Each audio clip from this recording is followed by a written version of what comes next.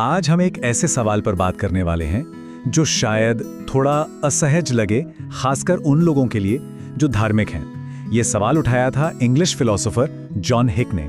और सच कहूं तो ये एक ऐसा सवाल है जिसका सामना ज्यादातर आस्था रखने वाले लोग करना ही नहीं चाहते, क्योंकि ये सवाल सीधा विश्वास की जड़ों पर चोट करता है।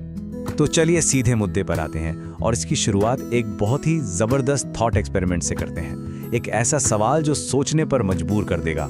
जरा सोचिए, अगर किसी का जन्म भारत में ना हो पर मान लीजिए सऊदी अरेबिया में हुआ होता तो क्या होता?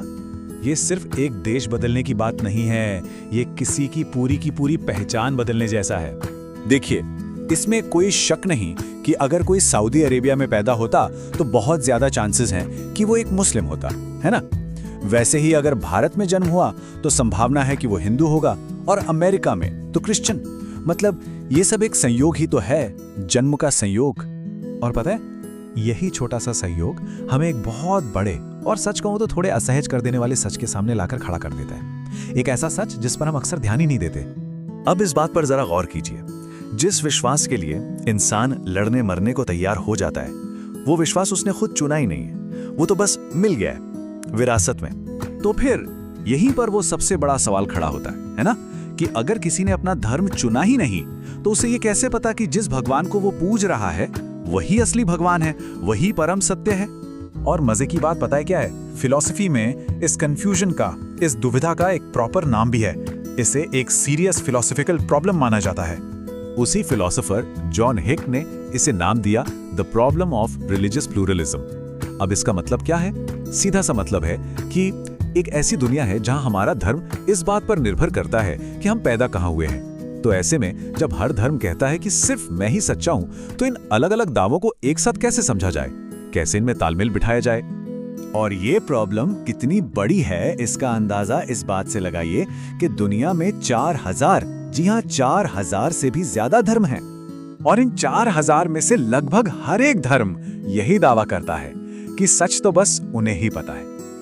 कई तो यहां तक कहते हैं कि सिर्फ उनका रास्ता ही सच है, बाकी सब गलत। तो ये हमें सोचने पर मजबूर करता है कि आखिर किसी का विश्वास बनता कैसे है। क्या ये एक सोचा समझा फैसला होता है, या फिर ये बस इस पर निर्भर करता है कि जन्म कहाँ हुआ, परवरिश कैसे मिली, आसपास के लोग कौन सी भाषा बोलते थे और समाज कैसा था?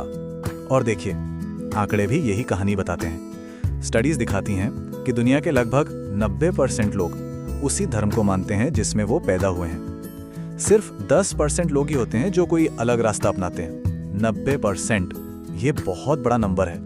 अब बात यहीं खत्म नहीं होती।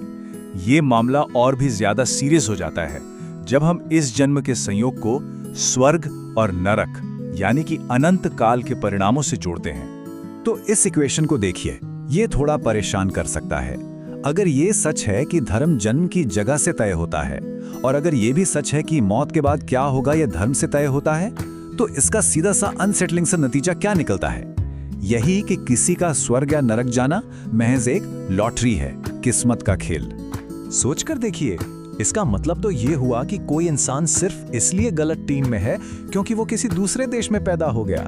मतलब अरबों खरबों लोग सिर्फ इसलिए सजा पाएंगे क्योंकि वो किस्मत से कहीं और पैदा हो गए थे। ये कितनी अजीब बात है। तो अब सवाल ये उठता है कि क्या इस प्रॉब्लम का कोई सलूशन है? खुद फिलोसोफर जॉन हिक ने इसके जवाब में क्या कहा?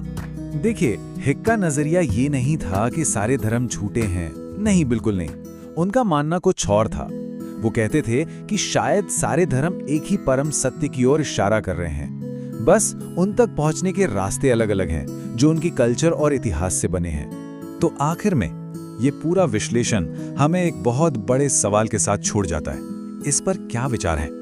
धर्म और भूगोल के इस गहरे रिश्ते के बारे में क्या सोचना चाहिए? ये एक ऐसा सवाल है जिसका जवाब शायद हर किसी को अपने अंदर ही खोजना